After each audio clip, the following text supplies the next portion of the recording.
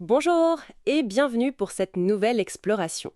Aujourd'hui, on revient sur un sujet qu'on a décortiqué dans notre récent article, l'annonce de Fantasy Flight Games, FFG, sur une augmentation de prix assez conséquente et ça a secoué pas mal de joueurs. Oui, tout à fait. Une annonce qui fait parler.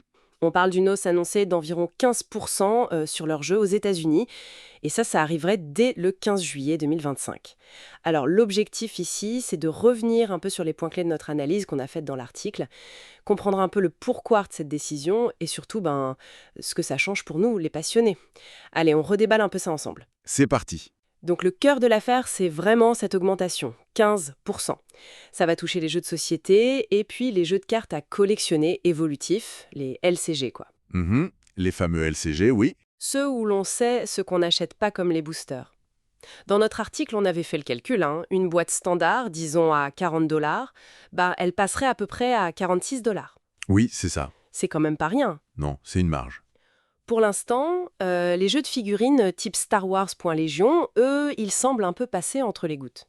Pour le moment. Oui, pour le moment. Mais bon, ça fait quand même un peu grincer des dents, non? Absolument. Et ce qui est intéressant, c'est la justification que FFG avance. On en parlait dans notre papier.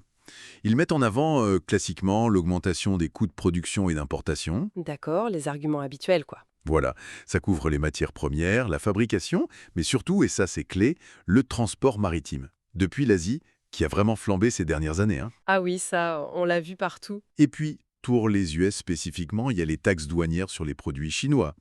Donc c'est un peu un cocktail de facteurs. On avait essayé de bien détailler ça. Et ce n'est pas juste FFG, c'est ça, c'est un peu plus large. Non, exactement. Comme on le soulignait, FFG n'est pas tout seul. Atomic Mass Games, qui fait partie du même groupe, Asmodée, Ah oui, ceux qui font les jeux Marvel et Star Wars aussi. c'est ça, X-Wing, Marvel, Crisis Protocol, ils ont fait une annonce très très similaire quasiment en même temps. Alors on voit une communication assez travaillée chez FFG. Ils parlent de conversations difficiles et honnêtes. Le langage corpo un peu. Un peu, oui. Mais bon, la conclusion, elle est là.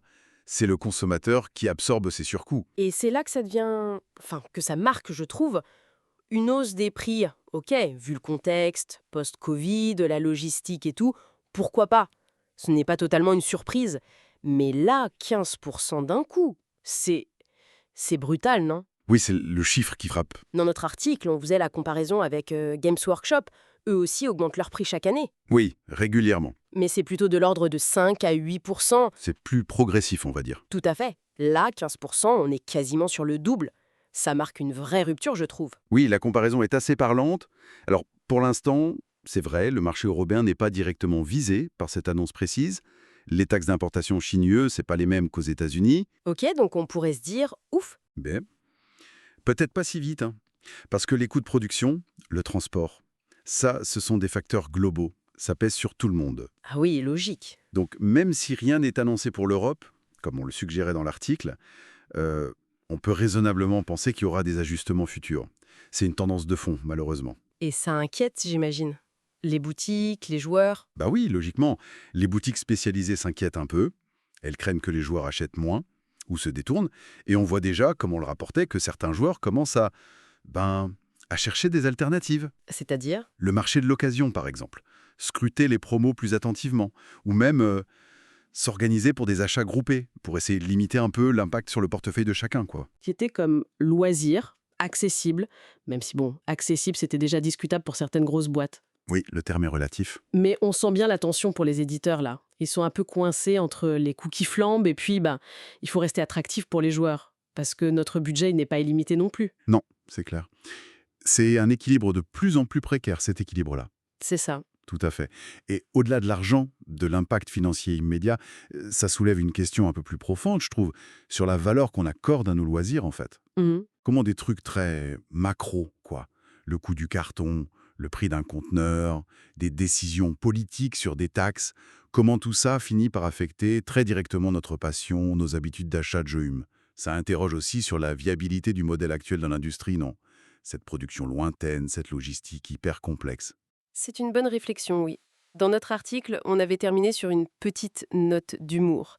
On imaginait FFG lancer un nouveau jeu, un roll and write où l'on coche les factures, celles qu'on arrive encore à payer.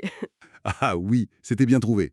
Une boutade, bien sûr, mais bon, ça invite peut-être chacun à réfléchir un peu à ses propres choix, ses priorités d'achat, face à cette nouvelle donne économique dans le monde du jeu, quoi. C'est ça, une réalité à intégrer. Voilà pour ce retour sur notre analyse. Merci de nous avoir suivis. Merci. Et à bientôt pour une prochaine exploration.